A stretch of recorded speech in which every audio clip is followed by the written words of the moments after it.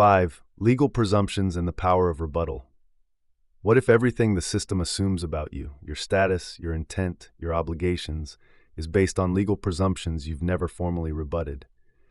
In this video, we break down the silent power of assumption in law and how the power of rebuttal is your key to reclaiming jurisdiction, title, and remedy. In the absence of rebuttal, legal presumptions stand as fact. Commercial remedy hinges on the principle that silence implies agreement. Governments and financial institutions operate under a structure of assumed consent, treating unchallenged assertions as binding. Therefore, the process of rebuttal becomes a cornerstone of private remedy. Rebuttal does not require aggression or litigation. It requires timely documented response, typically in the form of a conditional acceptance, affidavit, or notice of non-consent. By issuing a rebuttal, the individual removes the basis of presumption, shifts liability back to the claimant, and demands strict proof of claim.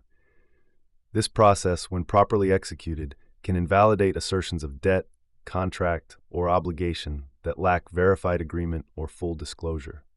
In essence, rebuttal transforms assumed liability into a question of lawful standing.